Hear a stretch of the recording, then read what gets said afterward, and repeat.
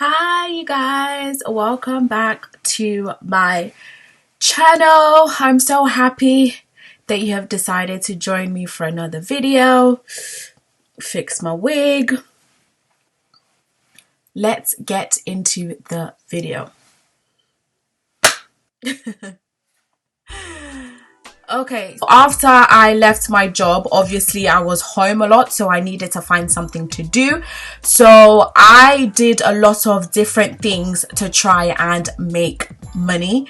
I started selling the Vina Davida teas. I believe that's what it's called. Vina Davida teas. You can really tell that I did well selling those teas because I can't even remember the name of it. In the previous video, I did let you know that I will be doing a video on my dating life in Ghana. So here it is. As you know, I partied a lot and I went to a lot of different places. And obviously, you know, as a single woman in Accra, even as a taken woman in Accra, you get hit on quite a bit. And there was this one gentleman that we went to Labadi Beach, me and my best friend. We went to Labadi Beach, and on our way back, we were literally at the filling station that's right next to the beach. We were waiting for our Uber, and a car pulled in and asked our Uber driver for my number. And I was just like, I don't know who this person thinks they are, not being able to approach me directly to get my number. I just felt like it was a little bit rude. But my best friend was like, just go ahead and give him your number. So I did. And then we started talking, and it turned out that he, you know, was an entrepreneur, a really, you know, successful business person. I won't tell you what he did because he'll probably know exactly who he is and that I'm talking about him. And you know, when we went on a lot of dates, he actually helped me see a lot of the places in Accra, like a lot of the really good restaurants in Accra. So one thing that I really was craving when I went to Ghana was sushi. Like I love sushi, and I wanted to find a place that made good sushi that wasn't going to make me sick. So we ended up going to Yasmin. That is it's a mall. It's on top of a mall. I can't remember. The mall opposite Burger King near the airport. And it's got that Club Soho. Anyway, that's where we went, and we had sushi. Well, I had my sushi, and it was decent conversations. One of the conversations that we had when we went out on a different time, we was at Mamma Mia Pizza in Osu. We were having a conversation about,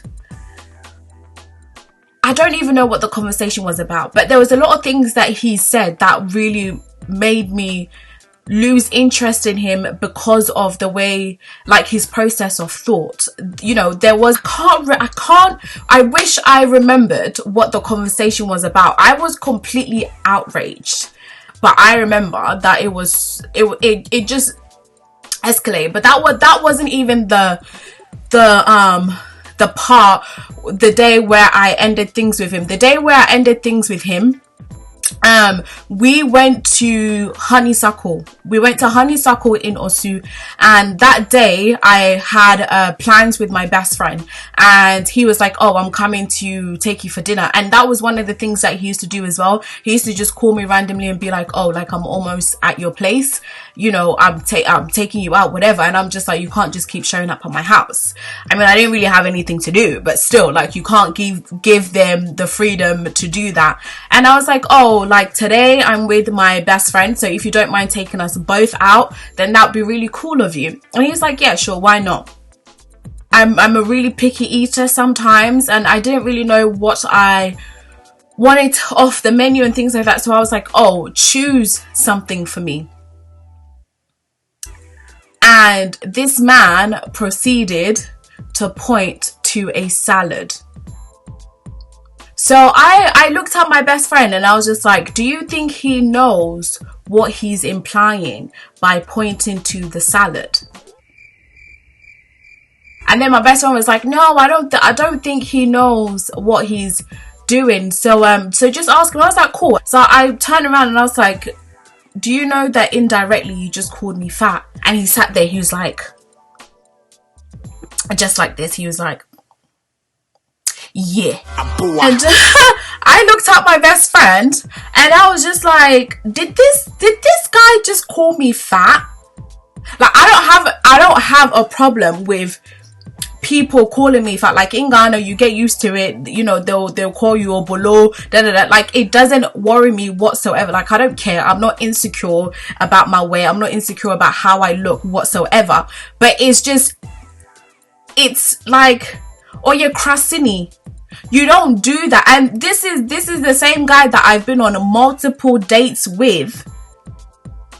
So I feel like, no, onya akukudru to tell me that, oh, like, you know, like you're big or you're fat or whatever. But then it's like, is this same fat ass that you saw that you wanted to date and go out with me? So I don't know why all of a sudden it's an issue. Like, why would you want to bring that up? So I looked at my best friend and I was just like, I'm about to while out, and she was just like, no, babes, relax, because like I was gonna go off. And I was like, you know what, I need to leave, otherwise I'm gonna throw this drink in his face.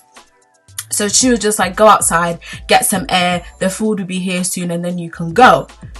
While I was outside, I was like, nah, fuck this. Like, I'm over this guy, don't want to date him anymore, or like don't want to keep going on dates with him, because already we've always like agreed to disagree and had a bit of friction in some of the conversation that we would have. So I was outside and I called another guy to pick me up and for us to go out. So I literally text my best friend and I was like, I'm bouncing. I am not coming back into that restaurant. I will not do it. I will not come back. And she's just like, okay, cool, don't worry. Like, she still wanted to wait for the food. She was like, don't worry, when I get the food, I'll link up with you. And I was like, all right, bet, like, whatever. Just because I don't get to eat don't mean you shouldn't eat. I went on like dates with like 6 different guys. And I went on dates. Manyowanda. There's a difference. I went on dates. I did not sleep with any one of them. Before you come and carry my name out there in the streets, I did not sleep with any of them. We went on dates. And another thing about it is with like Ghanaian dating, like you start talking, then your boyfriend and girlfriend, and it's like, no, honey, we're not boyfriend and girlfriend. Like, we're seeing how things go. We're seeing if we're compatible. We're seeing if this is something that we can do. You know, just because I gave you my number and we've been going on dates, you know, I was actively going on different dates. So whether the men were going on different dates, I don't know. I didn't ask. I didn't care because it wasn't anything serious. But bottom line is, I didn't really have like a long relationship with, I didn't even have any relationship with any guy in Ghana when I lived there.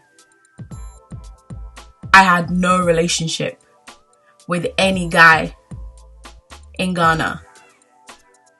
Did we go on dates? Absolutely. Did we have a good time enjoying each other's company? Absolutely. Did I sleep with any of them? Absolutely not. So please don't get it twisted. We went on dates. We were not dating. Because I know how it is in Ghana. Like, all of a sudden, that's your boyfriend. And it's like, relax, that's not my man. So that is basically an example of the kind of dating experiences that I had experiences that I had in Ghana with dating. I will share more of my dating life and experiences in Ghana.